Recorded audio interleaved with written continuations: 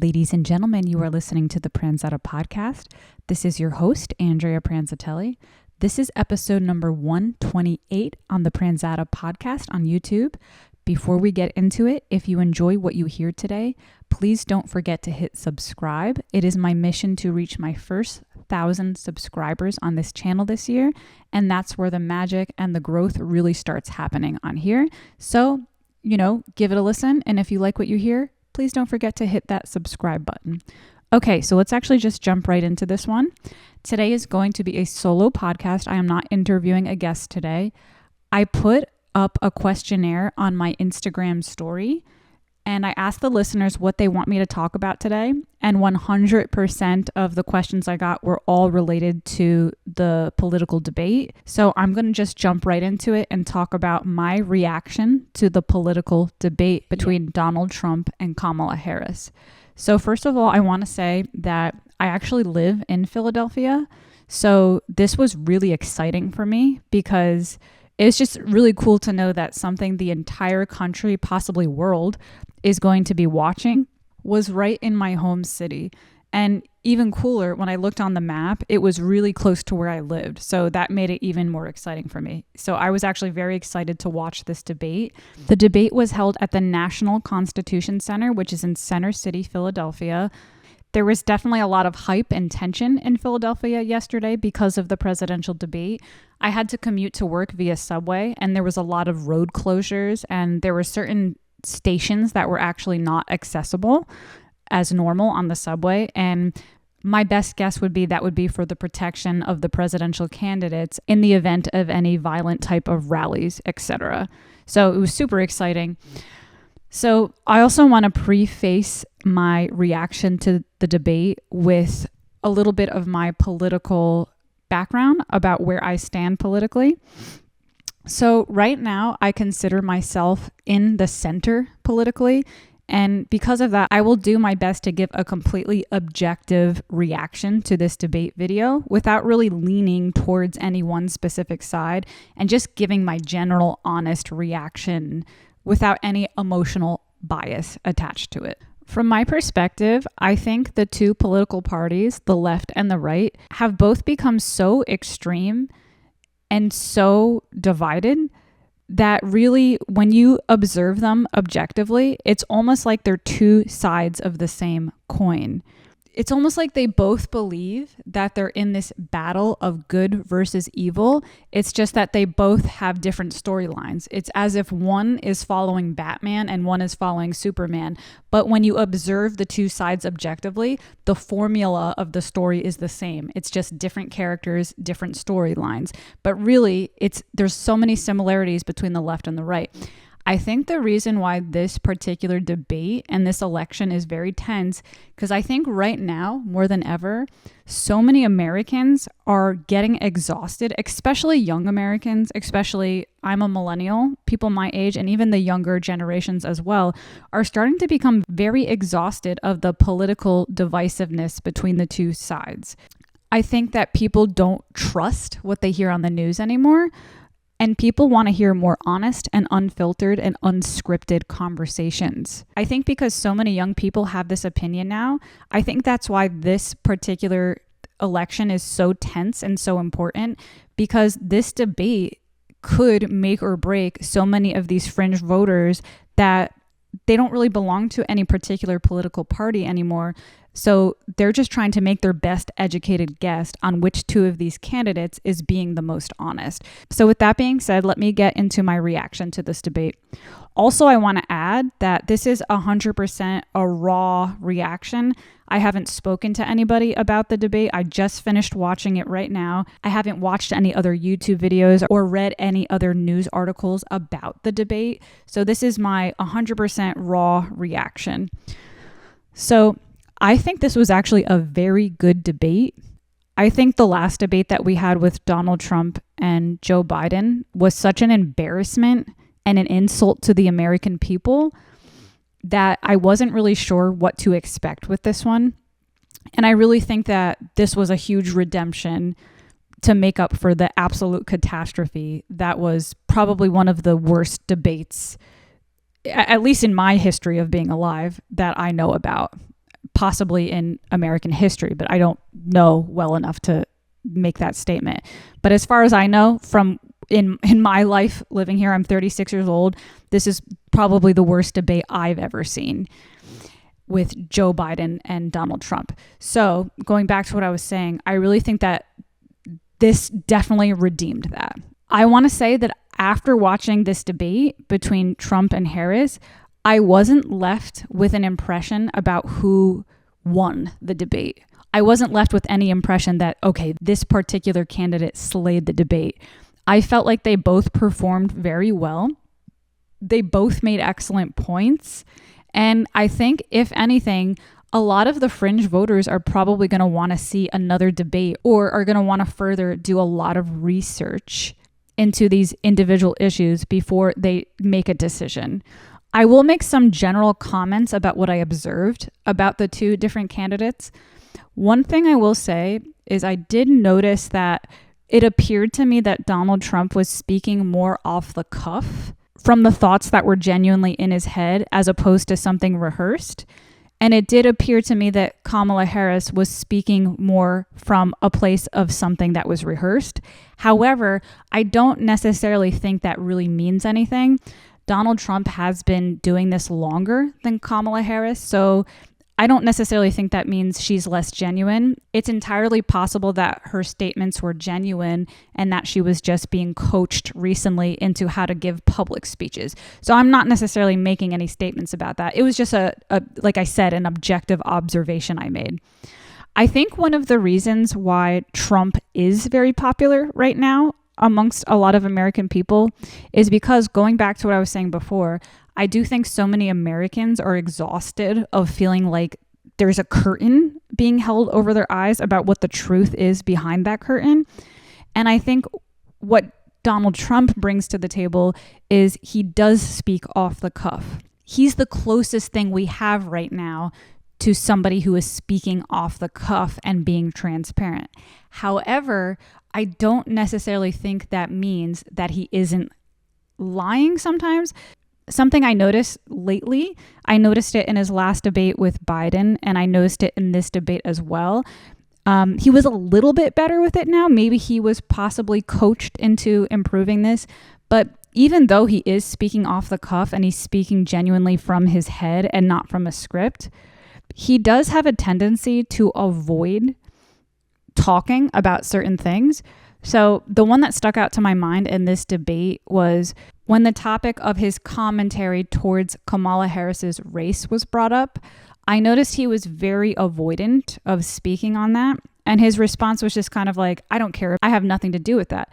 But the truth is, he did indeed make those comments. So from my opinion, I feel like that was a mistake on his part, because he did make those comments. And just to make it clear what comments I'm talking about, if somebody listening isn't aware, during this election season, in an interview, Donald Trump made the comment about Kamala Harris that, and I'm paraphrasing here, you have to find YouTube videos to get it exactly, but he made a comment stating that she just decided to be black right now to win more votes in the election.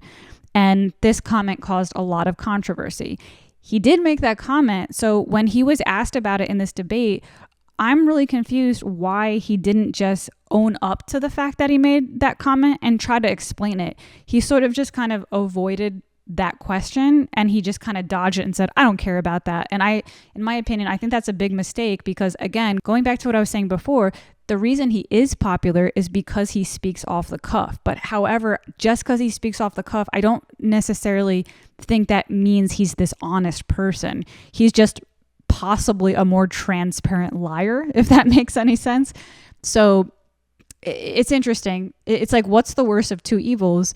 Is it better to have a very well put together liar or a transparent liar? You know, and I think that's like what a lot of people are thinking right now, is a lot of young people my age, they don't really trust either candidate completely right now. So it's like, that's what it is. That's what it comes down to. That's where the line is right now. It's like, who do I trust more? Someone who transparently lies and we know it, or someone who lies with a beautiful bow on their head, you know? So to comment more on the specific talking points between the candidates, I feel like if I were to select one topic that they discussed today that I feel qualified to talk about based on my personal experience, I feel like the only one that I could really talk about is student loans, because I am very qualified to talk about student loan debt. As a matter of fact, I am $90,000 qualified to talk about student loan debt. So I do want to make my commentary. Trump had made two different comments in regards to student loan debt, one in which I agree with and one in which I disagree with. So I want to break down each one of those comments right now. The thing I did agree with Trump in what he said about student loan debt was he made a comment about how the Biden administration had been trying to cancel, I think it was $10,000 per student who was struggling to pay their student loan debt bills. He made a comment about how it was unfair to the American people for them to talk about that and then to not proceed with that action. I actually do agree with that, because I remember specifically during this time, there was a lot of people coming up to me, sending me articles, etc., about how I'm going to be relieved of my student loan debt. And then I would kind of stop these people and say, hold on a second. And I would even kind of put down a boundary with some people and say, please don't send me these articles, because they've been talking about this forever and they're not doing anything. So this is actually just hurting me, and it's kind of dangling a carrot in front of my face, and it's literally emotionally hurting me to dangle this carrot in front of my face to make me believe that there's going to be some type of solution that I don't believe is there yet.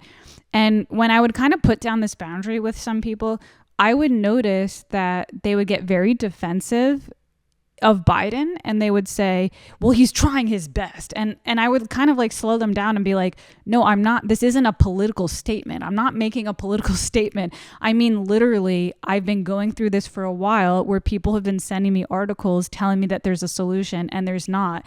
And it's actually getting to the point where it like hurts me, and I just don't want to hear it anymore. I'm not blaming Biden. It's not even a political statement. So I do agree with Trump actually in that sense that it wasn't fair to make those claims that they couldn't follow up with. Where I disagree with Trump in one of the comments he made about student loan debt was when he made the comment about how it would be unfair to the other people who paid their student loan debt to relieve other specific people of student loan debt. And I do want to get into my opinion on this. So I do want to make it clear that I think student loans have been a catastrophe and a failure for a lot of people. And I can speak from personal experience. Like I said, this is why I feel qualified to talk about this issue. So anybody listening who is unsure or who is on the fringe about what to do in regards to student loan debt, or they're not sure where they stand, hopefully my personal story will give you some type of insight to my perspective and how I feel about it. So whenever I bring up the topic of student loan debt to my friends who are on the very far right, and I talk about how I'm in the center, but with this particular issue, I tend to lean a little more to the left, because I think student loans are predatory, and I think there should be relief for people who are suffering to pay massive amounts of student loan debt. A lot of the times the response I will get, and I find this very frustrating, and going back to what I said about the extreme left and the extreme right and being so divisive, they bring up these specific bullet points that they probably read somewhere in a news article or on a YouTube. And then when I bring up more nuanced information, they kind of just stick to the script of those bullet points. I want to get into the nuances of why I think people on the far right are making a mistake by being very strict about student loans. So I want to make it clear that, of course, I agree that if you took out student loans and you are making enough money to pay them back, of course you should pay them back. I'm not so far on the left with this issue that I think all student debt should be completely eliminated.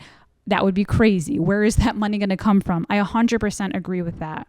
However, I do feel like options of relief should be offered to the people who actually need it. And I think this is where the argument of, well, what about the people who paid their debt? Should they just get fully refunded?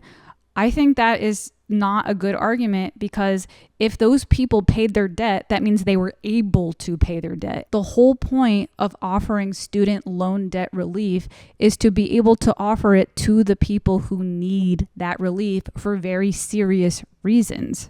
To me, that would be like making the argument, why should bankruptcy exist? Should we all just have all our debt forgiven? No, bankruptcy exists for people who have serious life consequences, terminal illness, extreme situations in their life that they could not recover from, in which they had to get help. Also, side note, I do want to bring this up. It might seem unrelated, so I'll just bring it up really quickly. I am also exhausted of the shame that's put on people who have filed bankruptcy, because again, bankruptcy is one of those things that exists legally for a reason, to help people who are in dire consequences. So it's interesting how even like Donald Trump, for example, was shamed for filing bankruptcy, as if bankruptcy makes him a bad person. Now, granted, I don't know the reasons he filed bankruptcy or how qualified he was to file a bankruptcy. So there could be legitimate reasons why he was shamed for that. But overall, I don't think it's appropriate to label bankruptcy as like an easy way out card. Bankruptcy is a legal process that people have to go through with a lawyer, and it has to be proven in court. And it's usually over very serious and dire consequences of life circumstances that somebody went through that they cannot recover from. I think of bankruptcy like this. For example, I used to play this video game when I was younger called Streets of Rage, and it's this game where you fight ninjas. And I played it on Sega Genesis.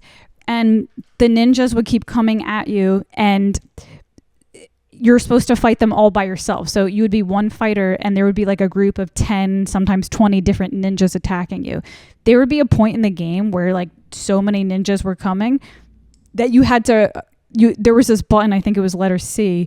You would press C, and then the police would come and kill all the ninjas for you. So that button was put in place, and you could only use that button one time in the level. So you really had to use your own skills to fight these ninjas, but you just had this one fair chance where you're like, okay, I can't get out of this situation. Let me press C, call the cops, and erase this so I have a fair fighting chance here.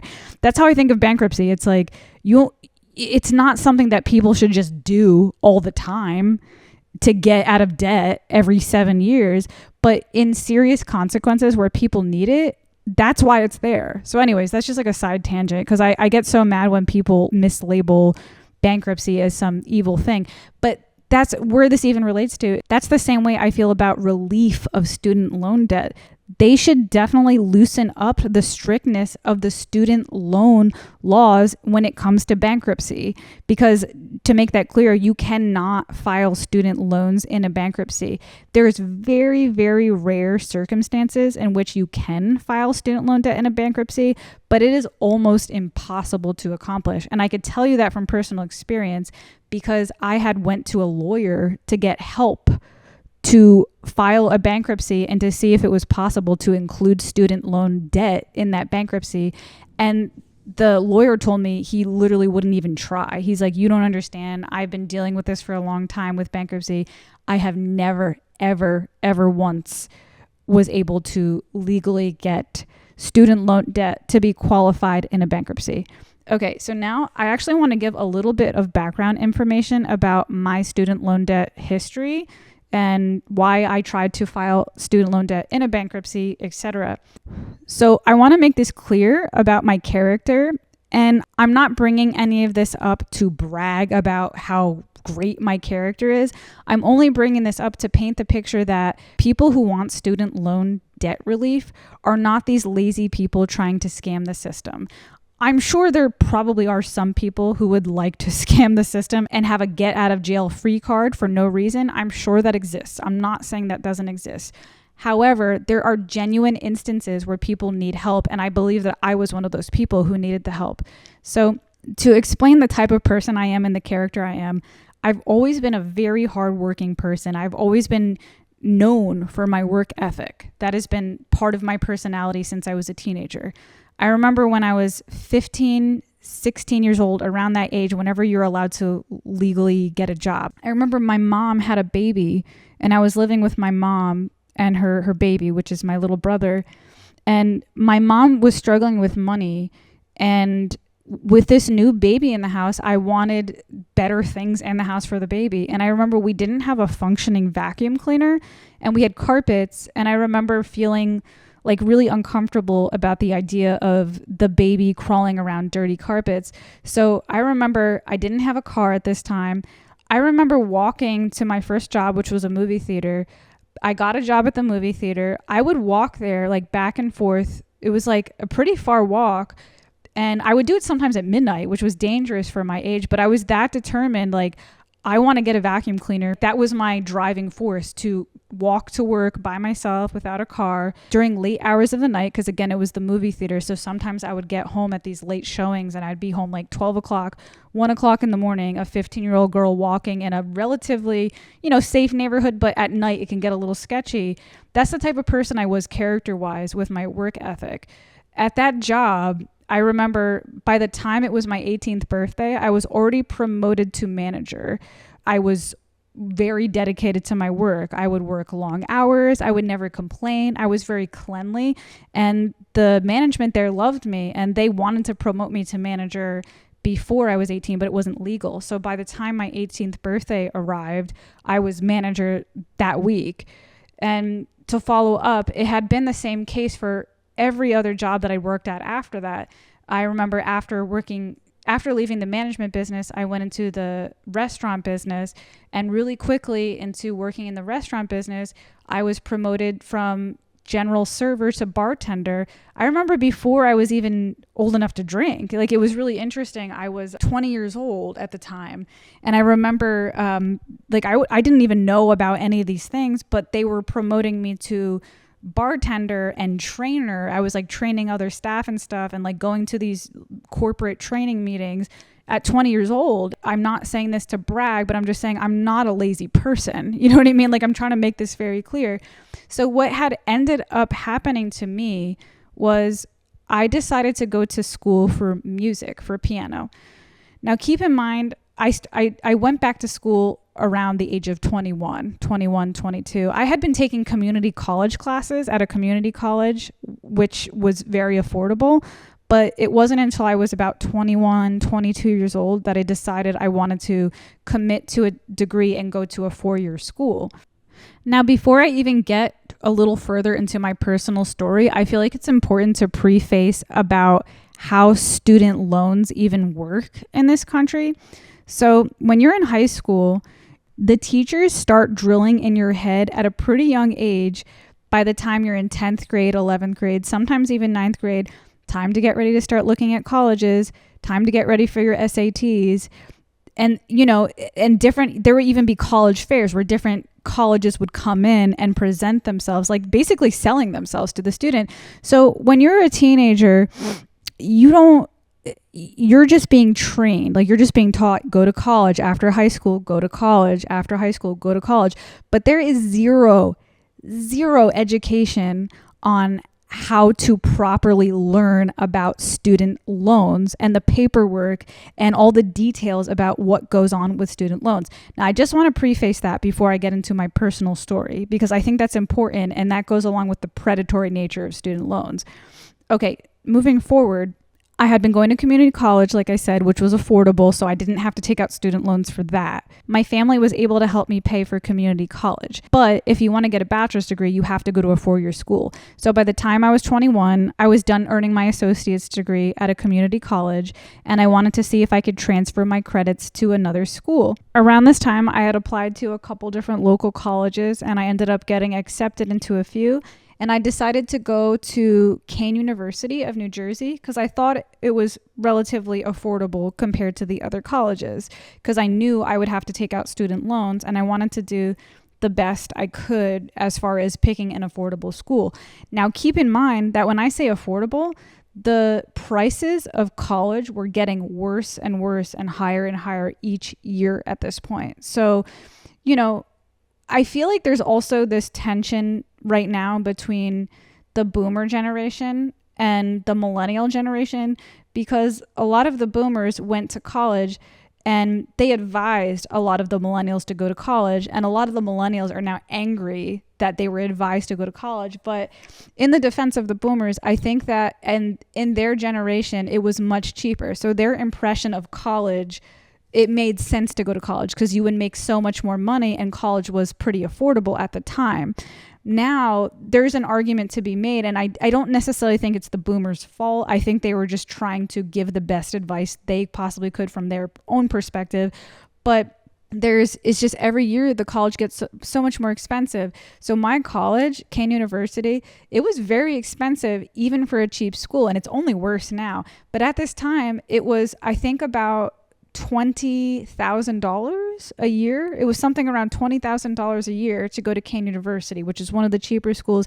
And I would imagine now it's got to be around $30,000 a year, because I know everything got worse with the inflation of colleges, etc. So I was a music major. I wanted to go to school for piano because that was my passion. I had a dream. Now, let me just preface with this. Probably the people are listening are like, well, you're a fucking idiot for choosing to go to college for piano. At this time, I had dreamed of going for my master's or my doctorate in piano to be a college music professor. So at the time that I chose this degree, I thought I was going to have this long-term plan of making the money back by working as a professor at a college. I never ended up being able to get my master's or my doctorates because I couldn't afford it after the situation of my student loan debt, so which I'm about to get into right now. Okay, a couple years into my studies as a piano major, I ended up getting 2 extreme injuries.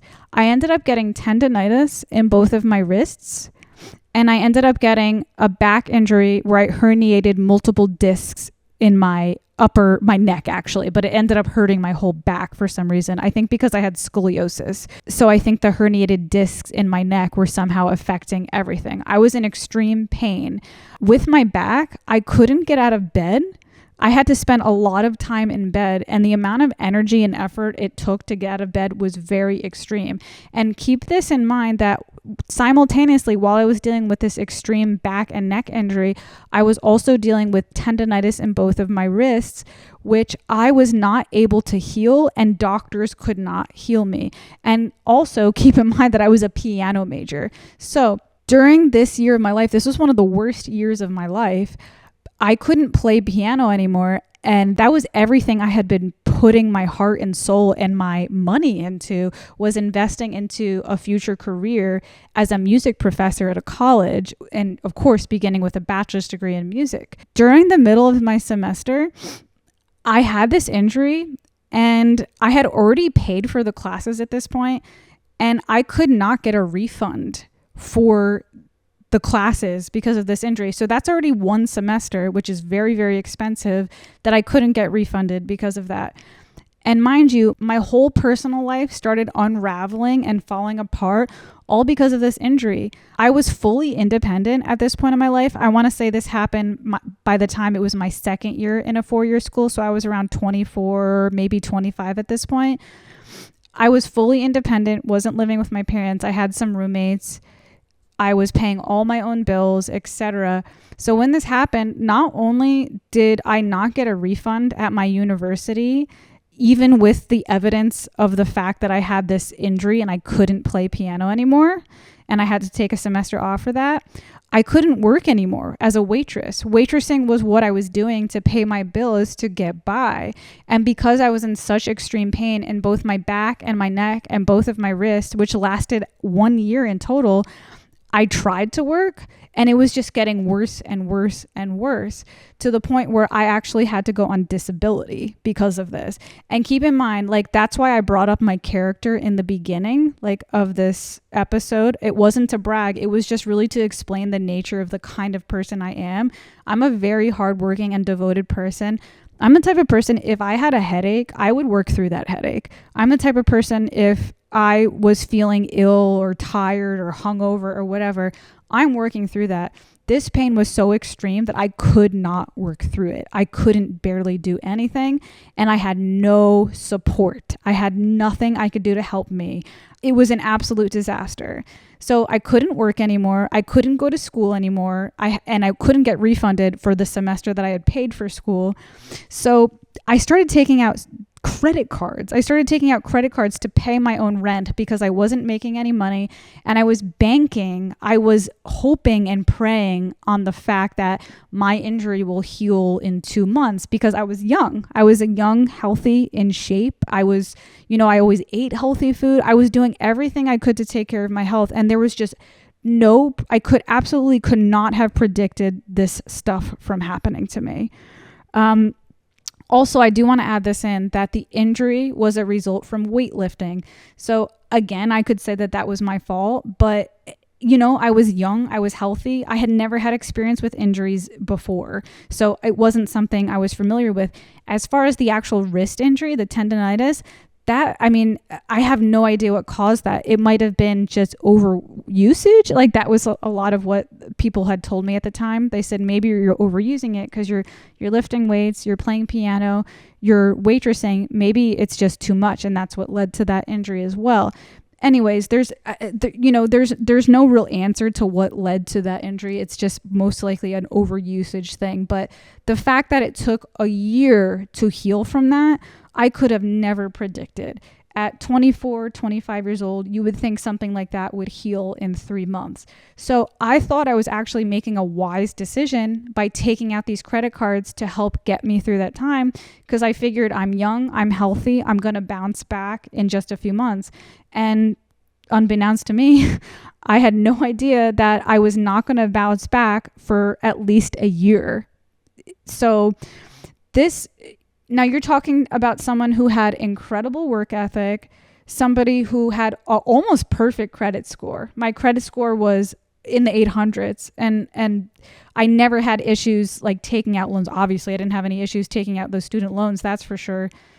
Those were given to me really easily, but my life just fell apart and there was nothing I could do. And it's been at least 10 years, if not more, since then. Because like I said, this started happening around the time I was 25. I'm 36 now. So it's been about 11 years since this happened.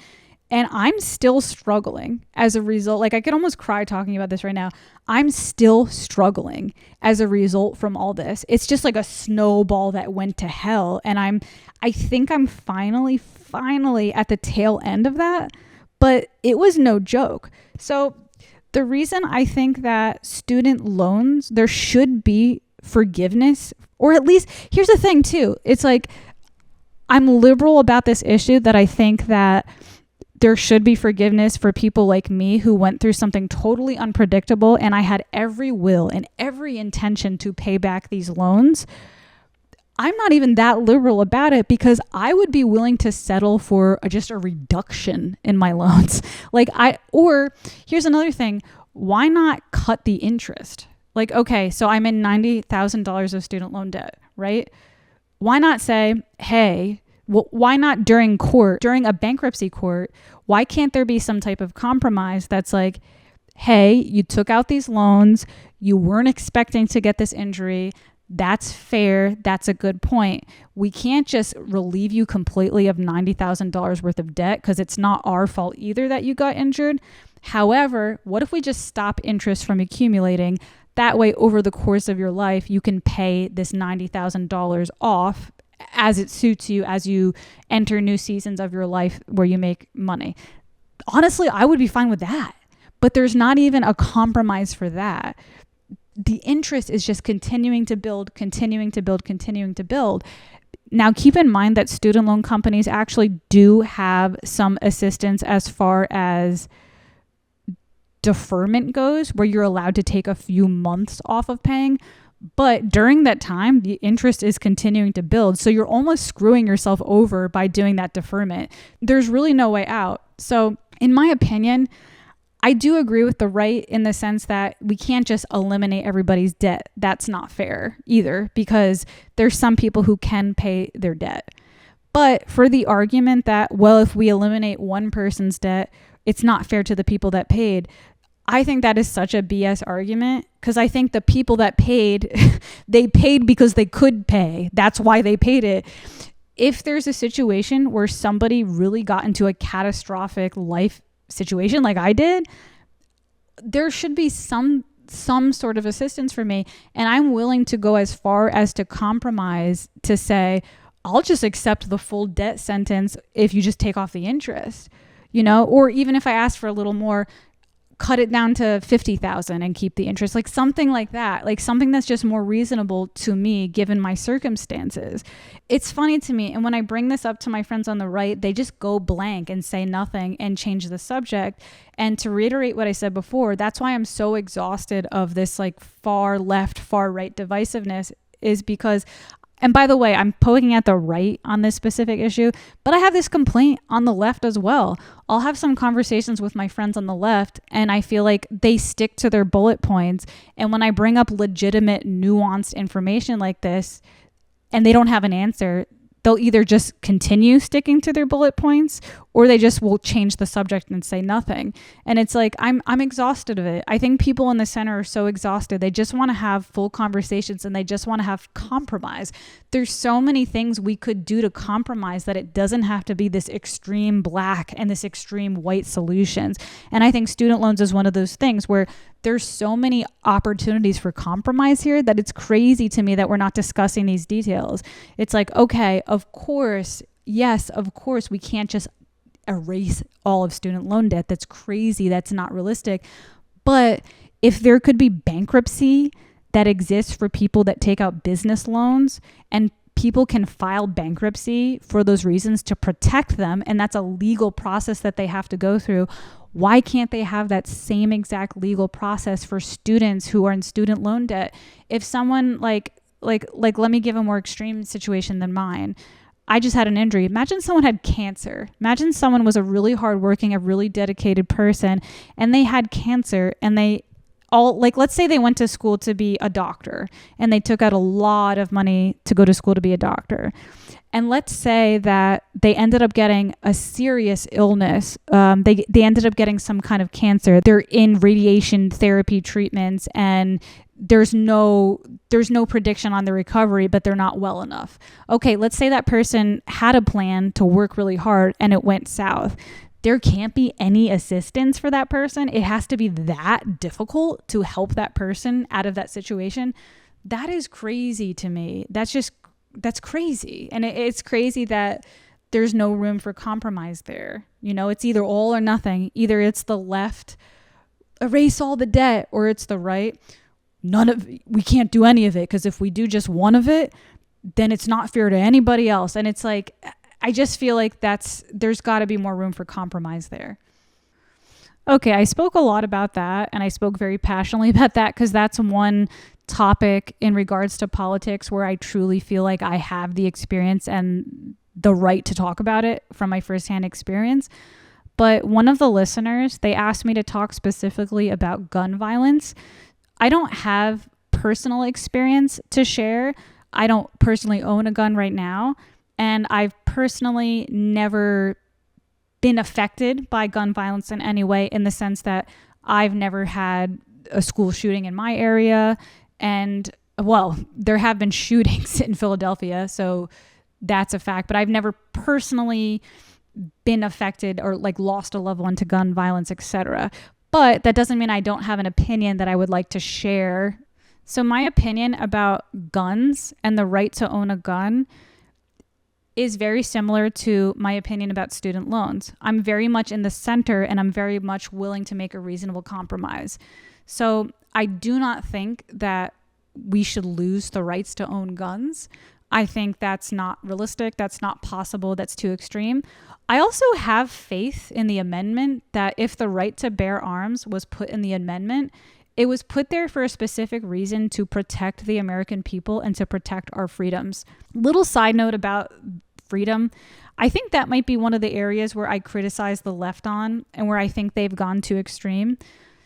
Somehow the left has become very critical of the idea of freedom. And somehow to the left, I've observed that the idea of freedom of speech, for example, is an extreme right ideology to have freedom of speech. And with the left, that's where I feel a little bit critical, where I'm like, maybe I am a little bit more on the right with this specific issue, where I'm like, I actually have faith that our country is a free country for a specific reason. And that's one of the things that makes our country great, is because the amendment was there to protect our freedoms.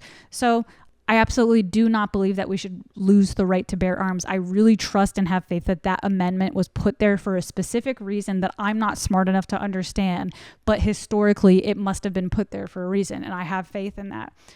With that being said, where I'm a little more center on the issue of gun violence and gun ownership is that I do think there should be fucking strict laws about who should own a gun.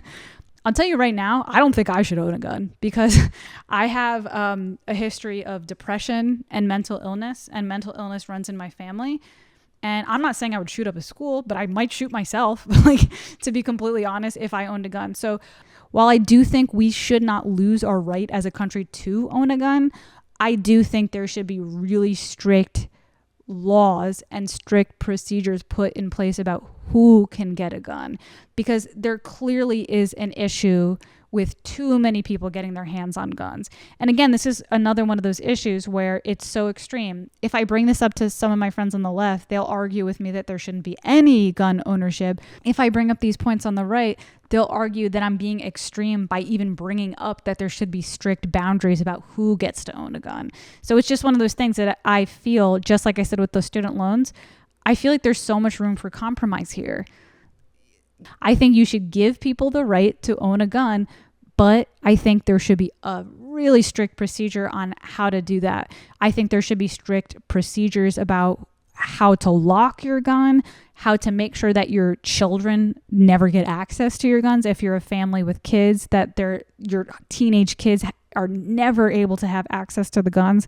I think there should be strict laws about where you can bring a gun in public. I think there's so much that could be done, and there's so much compromise that could be made here. But again, I'm just speaking specifically from opinion, because this isn't something that I personally have a lot of experience with. So there could definitely be something I'm missing out on. And by the way, drop in the comment section below if there's something you think I'm missing out on, like a point that I'm not seeing because I don't have personal experience with this. Drop that in the comment section below. I do have one more comment that I want to make in regards to this political debate between Donald Trump and Kamala Harris.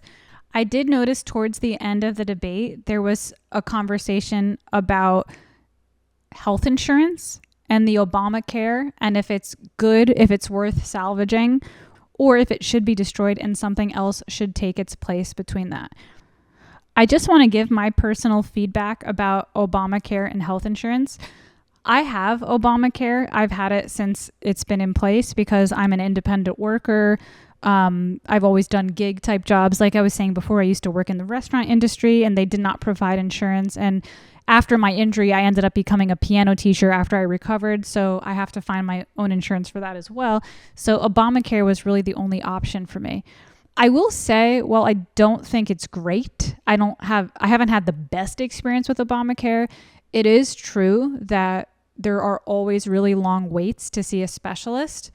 The hospital, the ER is completely packed. So I had made a trip to the ER recently I had an allergic reaction to something, and it took a really long time to be able to see a doctor when I couldn't breathe, which I thought was pretty crazy. And in general, just getting a generic doctor's appointment or seeing a special tends to take a long time right now. And on top of that, the copays are pretty expensive and the medication is expensive. And I do want to make this comment as well. I've noticed Obamacare gradually got worse over the years. I've noticed that little by little, it got more expensive. So I remember when I first got Obamacare, it actually really wasn't that bad. I was doing pretty well with it. And then slowly over the years, the medication started getting more expensive. The waiting time started getting longer. So I think it might have started from a good thing, and then somewhere along the way it fell apart. I don't know who's responsible for that. I can't really make any qualified commentary on that. So I just wanted to bring that up as a general observation, is that Obamacare has potential, but it has gotten worse over the years, and I don't know why, and I don't know who's responsible for that. Could be just inflation in general. Like they were talking a lot in the debate about inflation, and I know that the cost of food has gone up, so maybe everything was affected, and health insurance is no different. Regardless of that, even though Obamacare isn't great, at least it's there as something, because I know that, while a specialist visit might cost me $90, who knows how much it would cost if I didn't have any insurance at all. So, I'm still grateful for it, despite the fact that I think it could be better and it could be improved. Another thing I will say is, I wanted to bring this up.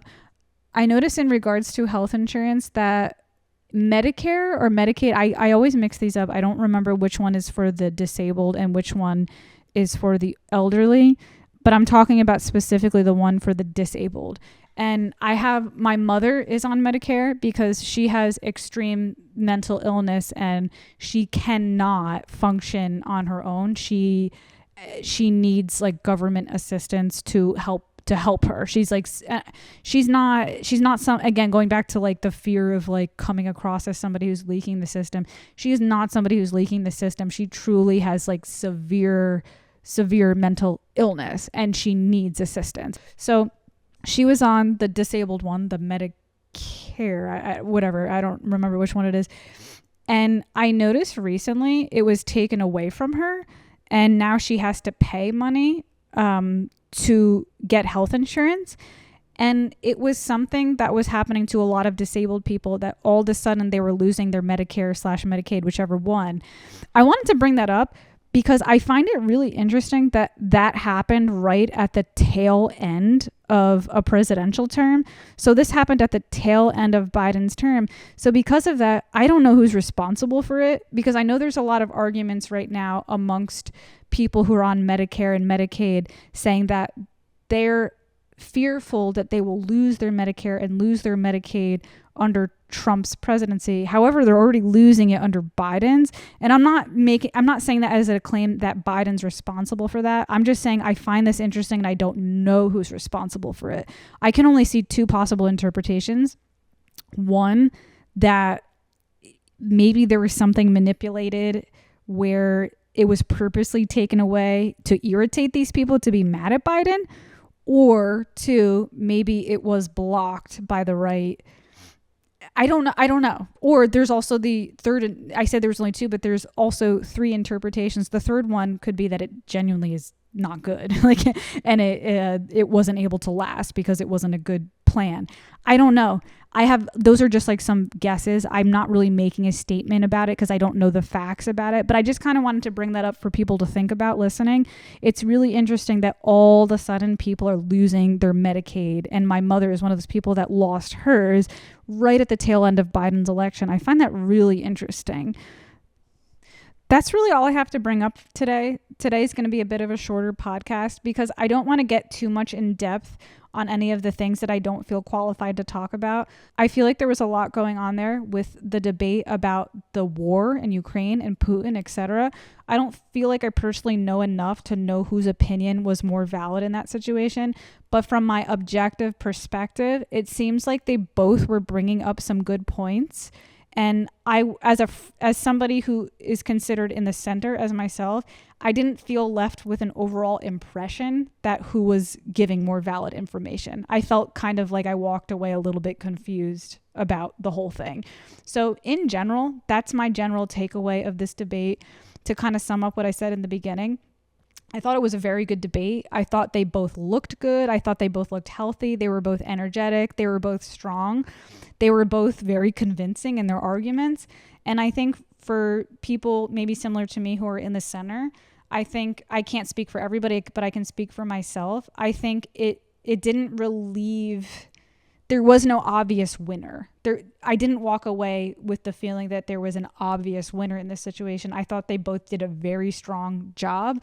And I'm going to have to hear more of other people's opinions on this to kind of get some insight if I was missing out on something or anything like that.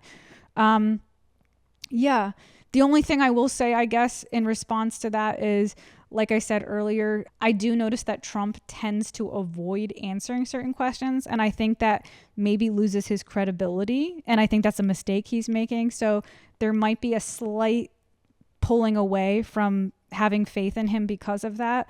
But overall, like generically speaking, I think they both did a pretty strong debate. And I think this election is going to be extremely neck and neck and like very 50-50, despite what they say. Because I heard Trump bring up a couple times in the debate that he's like, there's no way she's going to win. It's not possible. I don't believe that. I feel like right now it feels so tense and it feels so neck and neck. Like it feels 50-50. This is a tight race. That's my general impression that I walked away with from this debate.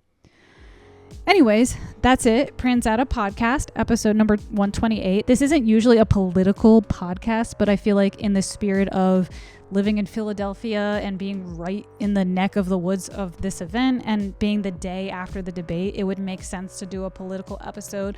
But just keep in mind, I'm not a political commentator. I'm just a regular person. I'm a musician.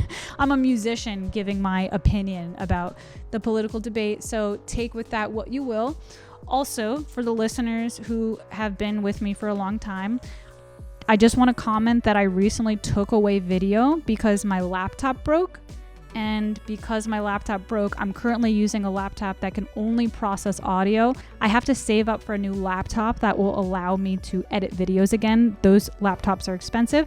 So if you would like to make a donation to help me save up for that laptop so I could get videos back and running again, if you look below, there's access to my Venmo. I don't expect a major donation. Even something as little as 50 cents to $1 would be a huge, huge help to me. So if you would like, click on the Venmo link below to submit your donation of 50 cents to $1. And make sure when you send the donation that you write laptop so I know what it's for. Because sometimes I get Venmo tips at music gigs. So if you don't write laptop, I won't know what it's for. 100% of the funds will go into a bank account that is a savings account for my new laptop. And that's it. Pranzata Podcast, episode 128. Have a good night, guys. Bye.